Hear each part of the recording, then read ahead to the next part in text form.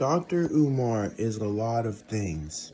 A racist, a bigot, a fool, a contrarian. We can go down the list and we can just call him all types of things. And one thing that Dr. Umar tries to present himself as is not ignorant. Now, when you listen to him talk, you can tell he's well educated. So why is this clip a thing? You guys watch this clip.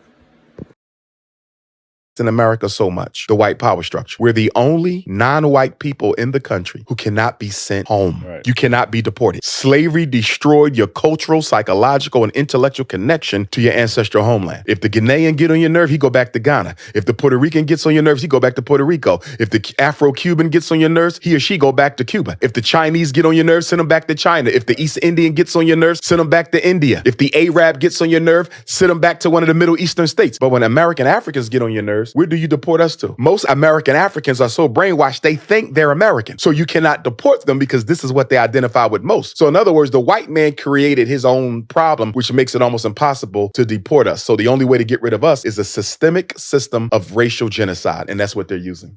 And this is why they hate blacks in America so much, the white power structure. We're the only non-white people in the... Dr. Umar, what is that clip even about?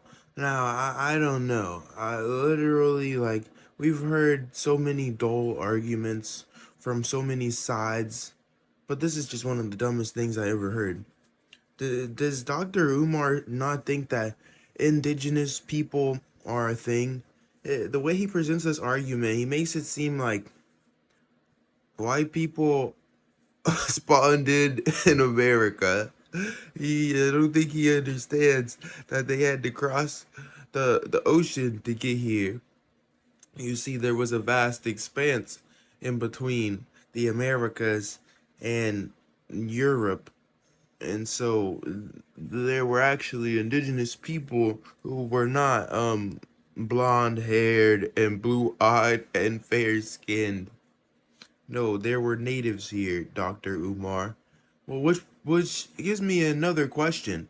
If you guys have seen just a couple of the videos on this channel, then you would know that there's this theory floating around where there's people who believe Africans came here before Columbus and the Vikings, and they established trade and intermingled.